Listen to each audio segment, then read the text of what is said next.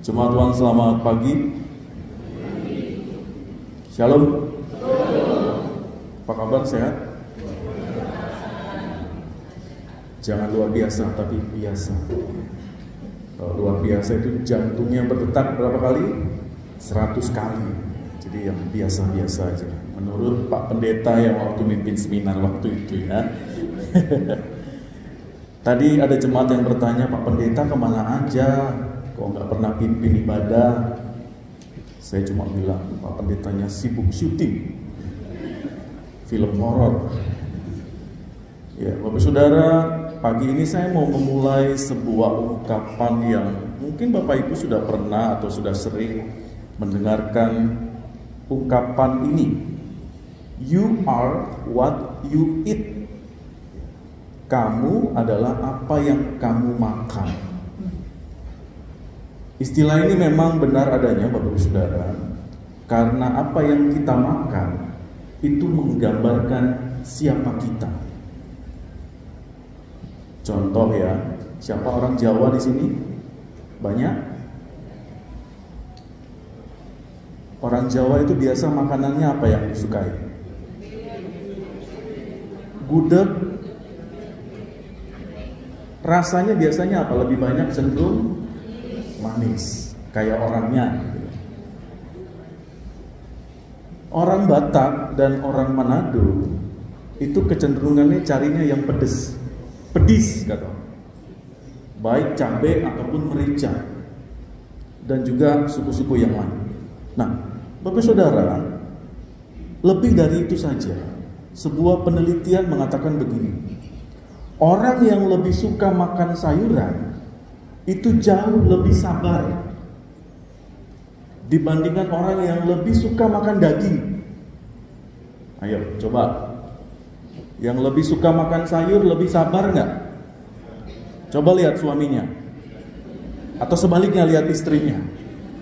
Ya, ini biasa makan kangkung marah-marah, gitu kan? Ya marah lah, kangkung terus, ngantuk be. Atau sebaliknya, orang yang suka makan daging itu jauh tidak sabaran. Apalagi Pak Pendeta kalau sudah lapar, waduh repot. Tapi kalau dikasih BPK, diam dia. Aman itu. Seorang yang bernama Dr. Alan Hirsch, dia seorang ahli neurologi. Dia menulis begini Bapak Ibu, what flavor is your personality? Dia meneliti bahwa makanan yang kita sukai itu dapat menggambarkan siapa pribadi kita. Contoh ya, siapa yang suka makanan manis? PKP suka makanan manis? Padahal sudah manis-manis ya. Cantik-cantik hari ini, mirip Luna Maya, tetangganya. Orang-orang yang suka makanan manis, Bapak Ibu, hasil penelitian mengatakan bahwa mereka tidak sulit menolong orang lain. Baik sekali hatinya. Ya, itu orang-orang yang suka makanan manis. Dia mudah diajak berunding. Untuk negosiasi itu gampang sekali. Tapi Bapak Ibu, sisi negatifnya belum selesai saya. Orang-orang yang suka makanan manis punya kepala keras. Keras kepala dia. Itu sisi lainnya. Lalu yang berikut Bapak Saudara, ada orang-orang yang suka keripik kentang, suka makanan asin, keripik singkong, kacang, dan sebagainya adalah orang-orang yang gampang sekali santai hidupnya. Dia nggak mau pusing bicara tentang masa depan, nggak mau pusing. Makanya orang-orang ini termasuk orang-orang yang suka ngemil di depan TV, santai aja. Cucian banyak, nggak peduli dia, santai pokoknya. Cucian numpuk, piring kotor, santai aja. Disuruh latihan paduan suara, santai di rumah. Ya. Tapi puji Tuhan hari ini lagunya bagus. Lalu yang terakhir Bapak Saudara, yang suka kopi pahit. Bapak-bapak suka kopi pahit? Suka daun pepaya pahit. Dan makanan-makanan pahit lainnya. Pribadi orang-orang ini Bapak Ibu Saudara adalah orang-orang yang tegas saat dia mengambil sebuah keputusan. Makanya kalau bapak-bapak rapat harus ada kopi. Supaya apa? Supaya tegas mengambil keputusan. Jadi ibu-ibu tolong siapkan kopi sebelum bapak-bapak berangkat ke kantor. Supaya cepat ambil keputusan dan cepat dapat gaji. 3 hal ini Bapak Saudara hanya sebagian dari banyak kepribadian-kepribadian yang bisa ditebak hanya dari makanan yang dia sukai. You are what you eat. Kamu adalah apa yang kamu makan. Saya mengawali khotbah ini Bapak Saudara karena ini menggambarkan orang-orang yang mengikut Yesus di dalam bacaan kita di Yohanes pasal 6 ini. Ayat 25 sampai 26 yang tadi kita sudah baca. Itu menjadi ayat perenungan yang tidak bisa lepas Bapak Ibu dari ayat sebelumnya. Ada sebuah peristiwa besar di pasal 6. Apa itu? Yesus memberi makan 5.000 orang. Bapak Ibu kalau baca ayat 10, itu sebenarnya bukan 5.000 orang jumlahnya. Ya. Di situ dikatakan kira-kira 5.000 laki-laki banyak. Perempuan belum terhitung. Ya. Anak-anak pun kadang tidak terhitung. Karena latar belakang penulisan ini mereka hanya menghitung laki-laki dewasa. Jadi sebenarnya lebih dari 5.000 orang. Dan yang lebih besar lagi peristiwanya Bapak Saudara, 5 roti dan 2 ikan yang diberikan dan dibagikan, yang dipecah-pecahkan oleh Yesus, itu masih bersisa berapa banyak? 12 bakul. Ya. Ini cerita sekolah minggu yang masih lekat dengan ingatan kita. 5 roti dan 2 ikan dibagikan ke 5.000 orang, sisanya 12 bakul. Tetapi Bapak Ibu Saudara, ada cerita dan makna yang besar di balik itu. Dan saya akan mencoba memilah per ayat, Saudara ya. Karena cuma 2 ayat, saya pisah menjadi 2 bagian perenungan kita. Yang pertama, penulis di ayat 25 ini mau menyampaikan kepada kita bahwa orang-orang yang ingin membawa Yesus secara paksa itu mau menjadikan Yesus itu sebagai seorang raja. Cuma Tuhan Yesus itu tahu apa yang mereka pikirkan. Dan Yesus menghindar, artinya Yesus nggak mau. Dia nggak mau jadi raja. Kenapa? Karena itu bukan kehendak Allah. Raja di sini maksudnya Bapak Ibu Saudara, orang-orang banyak mau Yesus bawa jadi raja seperti Kaisar Romawi, diajak menjadi seperti raja seorang Firaun. Yesus nggak mau. Sehingga di sini Yesus berupaya menyingkirkan diri dari orang-orang banyak pada saat itu. Tetapi karena jumlahnya banyak, kemanapun Yesus pergi pasti ketemu orang-orang itu. Sehingga disitulah dikatakan bahwa Rabi, bila mana engkau tiba di sini, itu dia mencoba untuk menyingkirkan diri dari banyak orang. Tetapi mereka tetap menemukan Yesus. Nah, orang banyak ini Bapak Saudara meminta agar Yesus itu kembali, berharap bahwa Tuhan Yesus mau menjadi raja. Tujuannya apa? Tujuannya adalah untuk menyokong kehidupan mereka.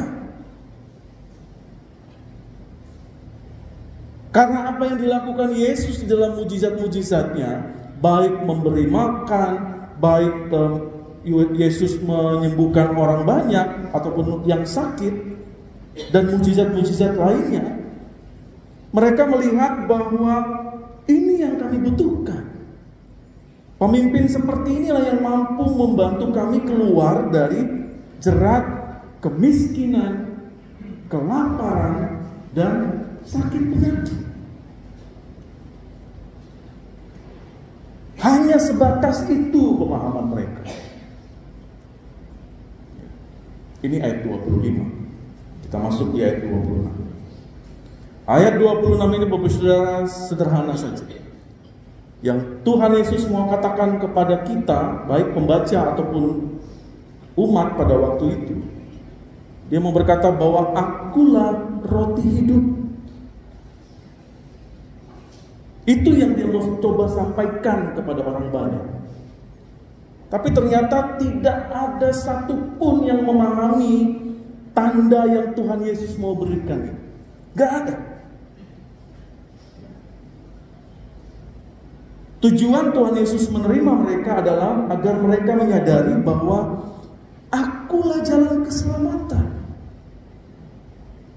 Agar mereka menyadari bahwa akulah satu-satunya yang punya kehidupan sejati yang kekal. Maka mari datanglah kepadaku. Tetapi mindset mereka beda. Mindset mereka adalah, oh ini calon raja, kami gak akan miskin lagi nanti. Oh kami gak akan kekurangan makanan. Oh pasti kebutuhan kami akan tercukupi kalau Tuhan Yesus ini jadi raja. Kami akan kaya.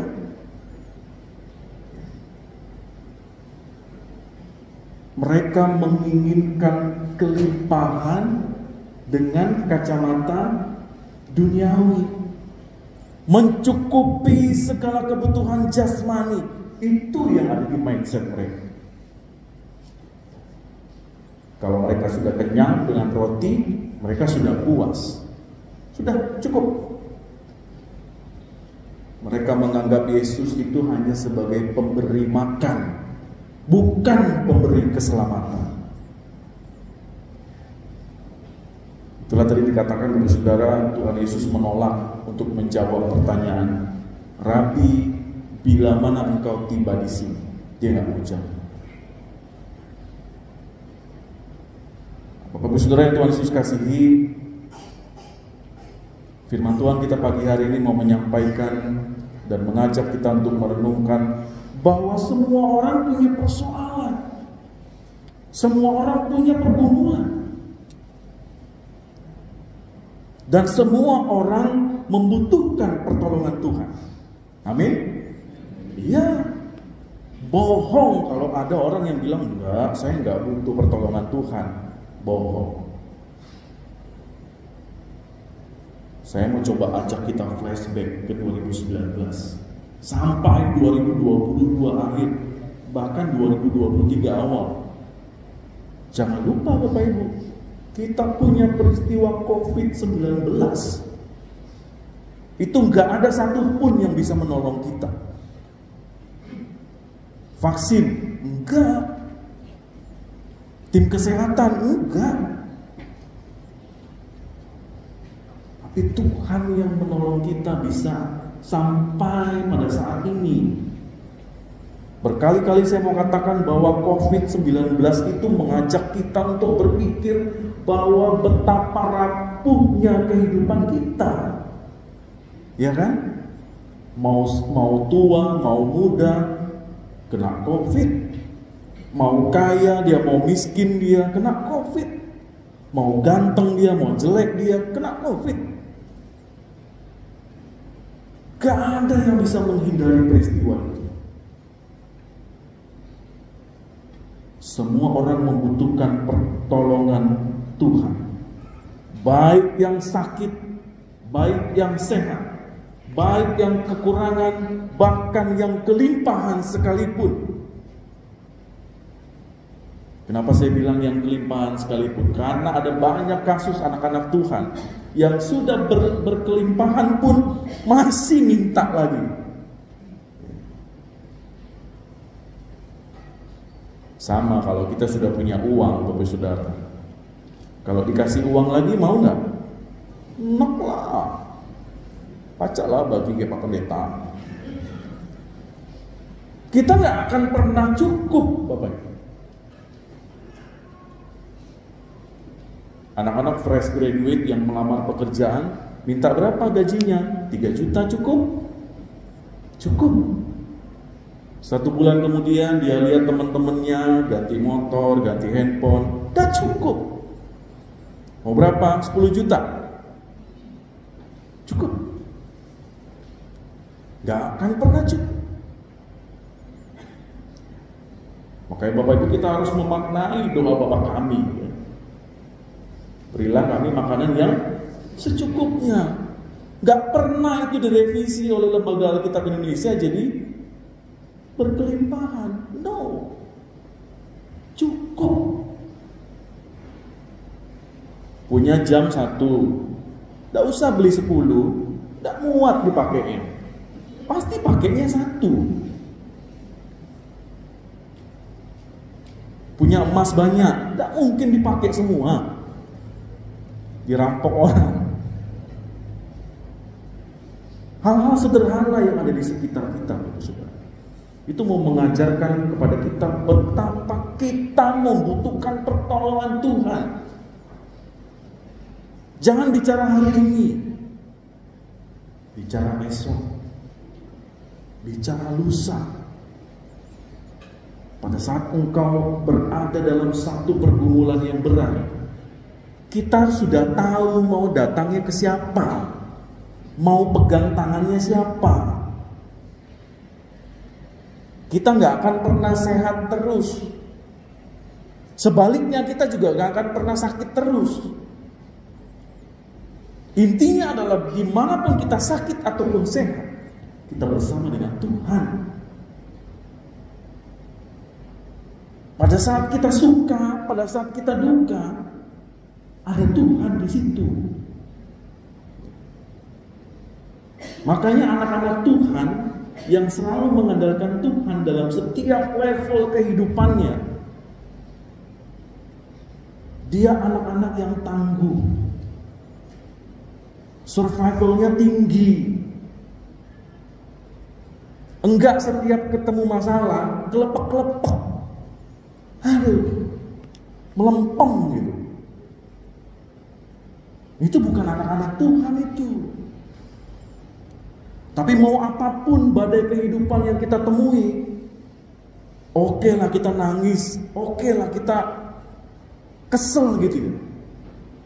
Tapi kita nggak akan berlarut-larut di dalam kondisi itu.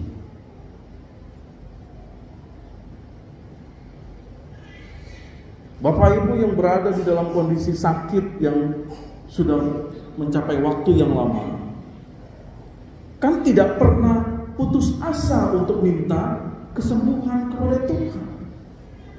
Karena Tuhan punya cara yang berbeda dengan apa yang kita mau. Itu harus kita camkan, Bapak Ibu. Cara kerja Tuhan tidak bisa diatur dengan cara pikir manusia.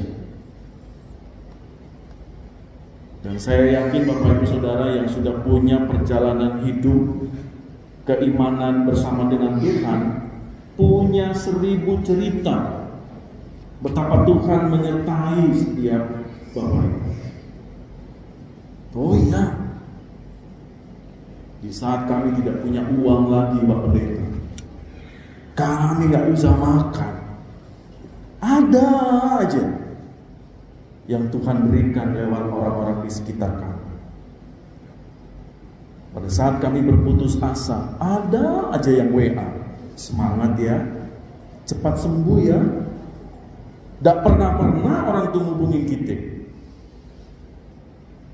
cepat sehat ya. Udah, tidak usah didengerin orang itu. Biarlah Tuhan yang balas. Lah bawa Tuhan boleh suruh balas. Ya. Tuhan tidak mau balas-balas yang jahat-jahat. Jangan ajak-ajak macam tua. Nanti Tuhan yang balas. Jangan. Mindset kita harus berubah Bapak Ibu. Dari seperti yang tadi orang banyak, mindsetnya harus dirubah. Pergumulan-pergumulan yang Tuhan izinkan terjadi itu mau membuat kita semakin tangguh.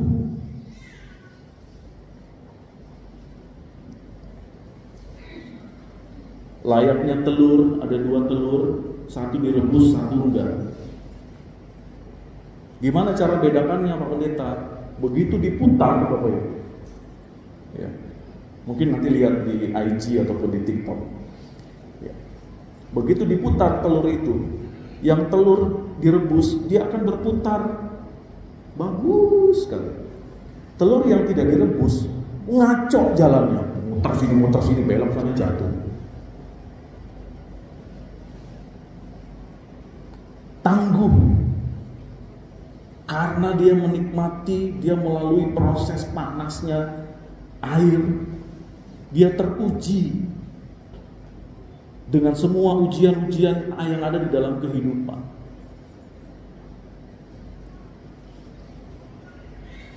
Memang Bapak Saudara, satu pertanyaan yang kita perlu jawab pada pagi ini, setiap kita harus bisa jawab pertanyaan. Mengapa saya mau mempercayakan diri kepada Tuhan Yesus? Bapak Ibu harus bisa jawab. Itu yang harus menjadi pertanyaan bagi kita. Iya ya, kenapa saya mau ikut Tuhan sampai hari ini? Apa yang saya mau dari Tuhan? Tidak salah kalau kita mengatakan saya mau diberkati oleh Tuhan. No, nggak apa. It's okay diberkati oleh Tuhan. Tapi sebenarnya Bapak Saudara, yang diinginkan oleh Tuhan adalah sederhana saja.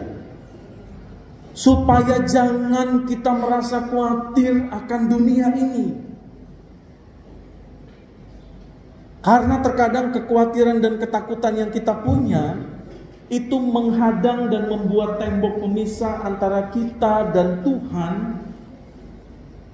Dan kita tidak bisa lagi merasakan pertolongan Tuhan ataupun kasih Tuhan yang Tuhan berikan kepada kita. Nggak tahu lagi rasanya. Karena kita menjaga jarak, kita merasakan bahwa Tuhan itu tidak ada, kita merasakan bahwa Tuhan itu jauh daripada kita. Seringkali kita berkata seperti itu. Karena doa-doa yang kami naikkan itu Pak Pendeta, jarang sekali Tuhan jawab. Kalau Bapak Ibu sudah ada di tahap itu, yuk kita evaluasi.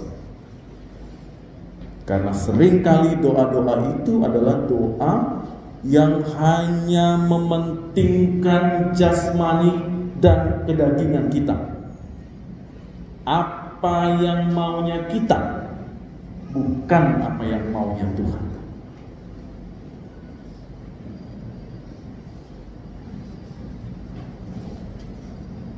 Memang secara jasmani Bapak Saudara, manusia itu butuh makanan untuk bisa bertahan hidup. Bahkan di dalam Alkitab ini, kata roti itu bisa muncul sampai ratusan kali. Sering digunakan sebagai makanan pokok yang menunjang kehidupan, ya. Roti itu paling sering dipakai. Tetapi manusia juga punya yang namanya kebutuhan rohani. Sehingga manusia membutuhkan roti untuk memenuhi kebutuhan rohani mereka. Dan Yesus memperkenalkan dirinya sebagai roti hidup yang akan menjamin kehidupan manusia sampai pada kekekalan. Bapak Ibu harus punya mindset, konsep itu. Cara berpikirnya begitu. Dan sekali lagi Bapak Saudara, konsep akulah roti hidup ini adalah sebuah pernyataan yang memberikan penegasan, sekaligus ada koreksi besar atas pengenalan orang banyak terhadap Kristus.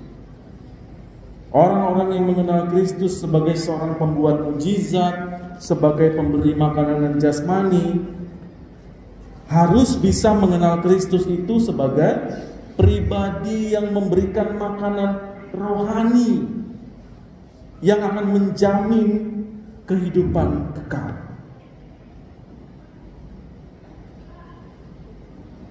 Bapak Ibu baca ayat 29. Ini menjadi kata kunci dalam perenungan kita di pagi hari ini. Ayat 29,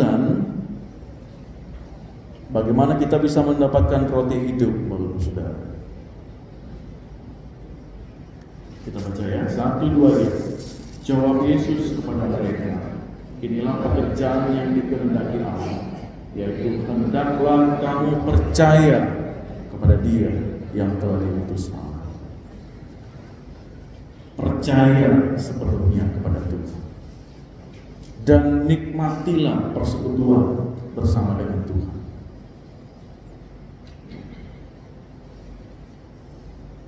Kita tidak bisa hanya percaya hanya di mulut saja, saudara. Tapi percaya itu sepenuhnya. Ada hati, kata, pikiran, dan perbuatan tempatkan memang kita percaya kepada Tuhan. Bapak Ibu percaya bahwa Tuhan akan sembuhkan Bapak Ibu? Saya percaya. Bapak Ibu tetap percaya bahwa ada pergumulan, persoalan di dalam keluarga dan pasti Tuhan ikut campur? Percaya. Dan pergumulan-pergumulan lainnya yang Bapak Ibu alami sampai hari ini, percaya kepada Tuhan. Mari Bapak Saudara, biarlah kita mencari Yesus bukan karena kita hanya membutuhkan sesuatu atau mengharapkan sesuatu kepada Tuhan, atau kita hanya menjadikan Tuhan Yesus sebagai penyedia atas setiap kehidupan kita dan kebutuhan kita. Tuhan Yesus itu sanggup menyediakan apa yang kita butuhkan. Tapi sekali lagi dengan catatan bahwa bukan karena Dia pelayan kita, lalu kita seenaknya meminta tanpa persetujuan. Tetapi Bapak Saudara, yang harus kita tanamkan, kita meminta kepada Dia karena Dialah Tuhan, Mesias, Sang Juru Selamat, Raja di atas segala raja. Segala kehendak Dialah menjadi kehendak Tuhan, segala keputusan Dialah semua menjadi keputusan Tuhan. Dan semuanya itu baik ada di dalam kehidupan kita. Amin. Tuhan Yesus memberkati kita semua.